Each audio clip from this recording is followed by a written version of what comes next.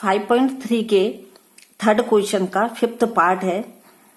A5 S9 75 जो given है दिया है और A एंड A9 यानी कि फर्स्ट टर्म और लास्ट टर्म हमें फाइंड करना है।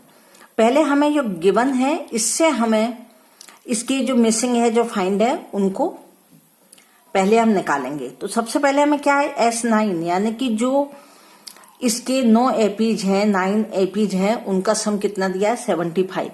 तो पहले हम इससे ए को फाइंड करेंगे और जब हमारे पास में ए फाइंड हो जाएगा उसके बाद हम ए 9th यानी कि लास्ट टर्म फाइंड करेंगे। इसलिए सबसे पहले हमें इसमें क्या करना है एस एन का फॉर्मूला लगाना है। एस एन इजिकल टू क्या होता है n/2 ब्रैकेट में 2a प्लस n-1d। इसका एक formula a plus nth term भी होता है लेकिन इस समय हमें उसे यूज नहीं करेंगे क्योंकि हमें a भी फाइंड करना है और nth गिवन है। इसलिए अभी हम इस फॉर्मूले को यूज करके कर रहे हैं। अब Sn कितना है इसमें गिवन है 75 तो यहां पर हम लिख देंगे 75। पहले लिख देते हैं S75। S75 कितना है और जो n है n के प्लेस पे हम 9 लिखेंगे क्योंकि यहां पर 9 था। 9 इजिकल टू यहां पे हम 9 ही लिख देते हैं जिससे आप लोगों को समझने में आसानी रहेगी। 9/2 यहां पर 2 के प्लेस पे 2, a के प्लेस पर a गिवन नहीं है मिसिंग है इसलिए a आ जाएगा। n कितना है ये जो 9 है इसे हम यहां लिखते हैं -1 इंटू d गिवन है कितना 5। अब S9 की जो भी इसमें वैल्यू दी गई है वो हम लिख देंगे। S9 कितना गिवन है 75 तो यहां पर हम लिखेंगे 75 इजिकल टू 9/2। पहले हम इसको सोल्व कर लेते हैं। 9/2 यहां पे आ गए 2।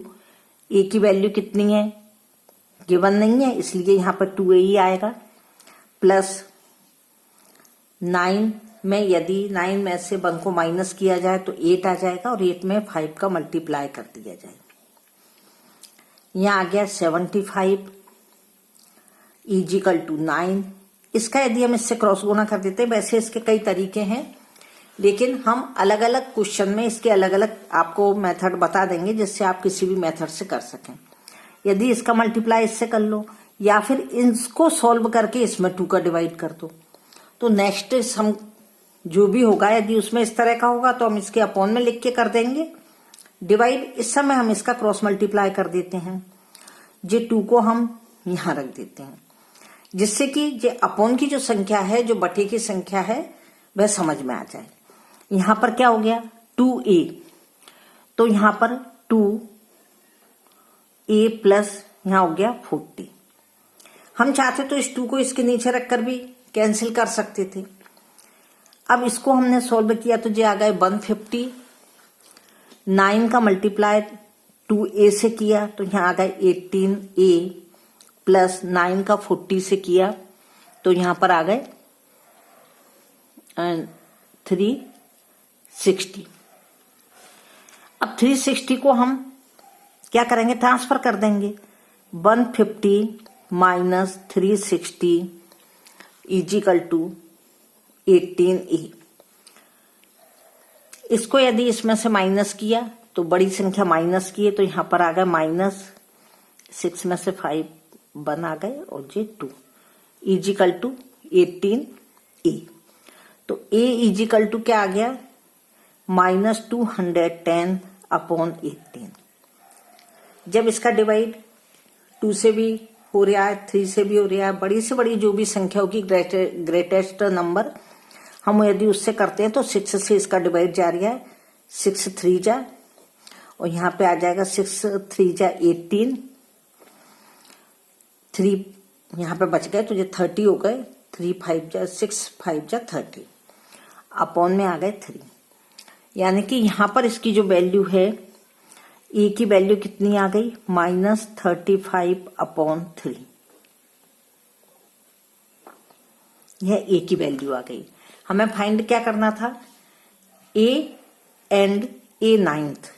अब हमें ए नाइन्थ फाइंड करना है, तो अब हम पहले वाला फॉर्मूला रख लेंगे ए एन, क्योंकि जो ए नाइन्थ है is equal to A plus N minus 1 into D.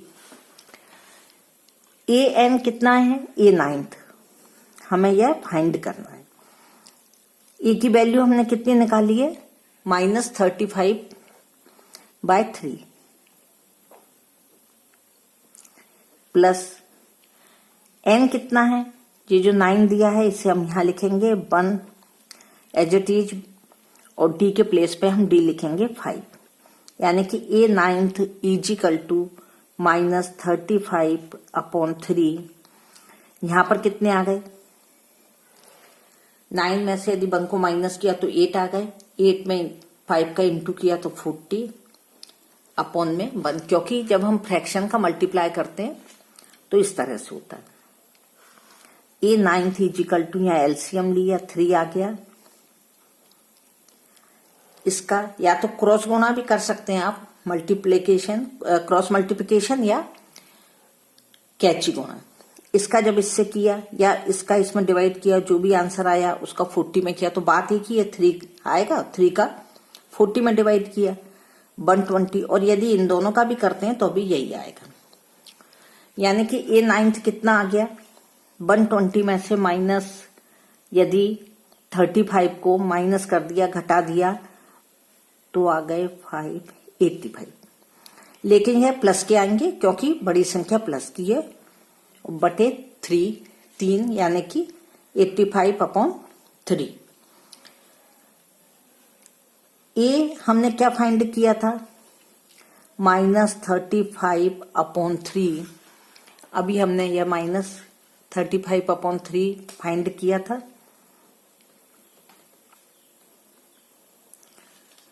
और ए नाइन्थ कितना फाइंड हुआ 85/3।